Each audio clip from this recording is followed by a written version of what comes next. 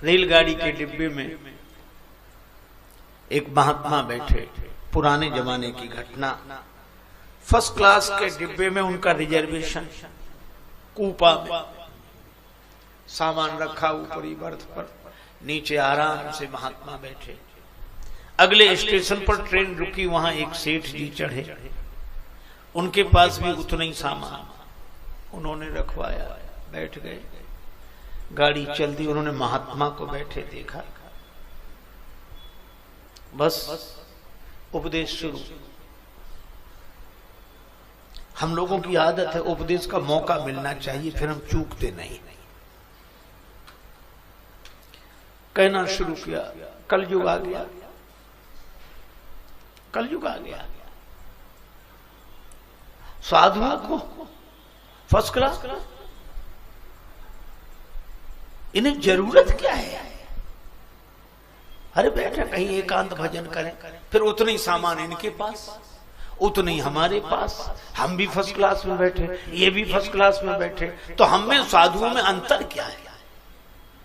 बिगड़ गए साथ साथ, फिर तो केवल कपड़ों का भेद है। महात्मा गंभीर थे, वैराग्यवान थे, शांति से सुनते रहे, मुस्कुराते रहे। जब उनकी बात बंद हुई तो महात्मा जी ने कहा कि महाराज हम आंखें खोल दें।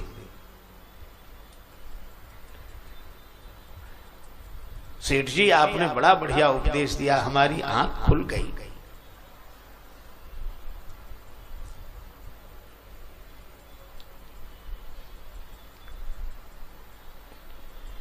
जय हो, जय हो। बैठे बैठे, आज हमारी आंख खुल गई। तो सेठ जी मुस्कुराकर बोले कि उपदेश से तो आंख खुलती है। महात्मा जी ने कहा आप ठीक कह रहे हैं, हम में आप में कोई अंतर नहीं।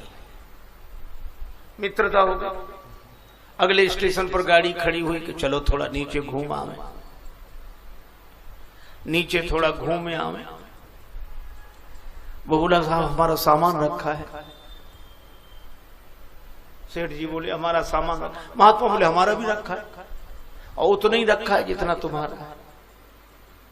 चलो गए, प्लेटफार्म पर बैठे, इधर उधर की बातें हुई, जल पिया, एक बेंच पर बैठ गए, चर्चा होने लगी। इतने में गाड़ी के चलने का समय हुआ, गार्ड ने झंडी दिखाई, सीटी बजाई, और जो गाड़ी चलने को ही सेठ जी को महाराज गाड़ी जा रही, गाड़ी जा रही। महात्मा बोले स्टेशन है तो जाती रहती गाड़ियां, प्लेटफार्म जाने जाने, बैठो आराम से। अरे महाराज हमारा सामान रखा है। महात्मा बोले हमारा भी रखा है, उतना ही रखा है। अरे नहीं नहीं महाराज, तो महात्मा बोले हम में तुम में भेद क्या, कपड़े का भेद है। सो कपड़ा हमारे पास है, हम आपको दे देंगे, बस बैठो। अरे नहीं नहीं महाराज हमें छोड़ो। महात्मा बोले हम तुम्हें छोड़ेंगे नहीं, या तो अंतर बताओ। सेठ जी बोले अंतर समझ में आ गया, समझ में आ गया। क्या? बोले जितना सामान आपके पास है उतना हमारे पास भी है, लेकिन आप एक क्षण में छोड़ सकते हैं और हम जिंदगी में नहीं छोड़ सकते, बस यही अंतर है। तो वैराग्य की दशा ऐसी ही है। इसीलिए आपने सुना होगा हम लोगों के यहां कहा जाता है कि संत ने शरीर छोड़ दिया। संत ही शरीर छोड़ सकते हैं, वे तो शरीर को छोड़े ही हुए हैं। हम लोग शरीर नहीं छोड़ते हैं, हमसे तो छुड़ा लिया जाता है। अच्छा हम लोग भगवान के नोटिस स्वीकार नहीं करते, भगवान नोटिस भेजते हैं। बाल सफेद हो गए, माने अब तैयारी करो। भगवान ने बाल सफेद किए, ये भगवान से कहता है कि तुम खूब बाल सफेद करो, हम काले करा लेंगे। नोटिस को स्वीकार नहीं किया।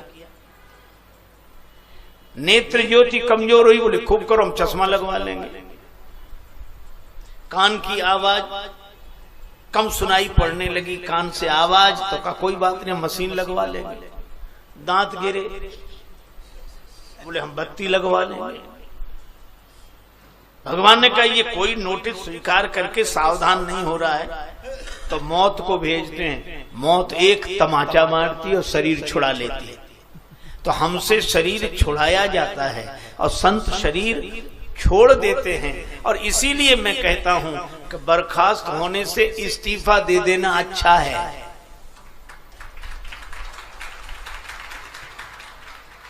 तो जो बर्खास्त होते हैं वे आसक्त हैं और जो इस्तीफा दे देते हैं वे विरक्त हैं, वैराग्यवान।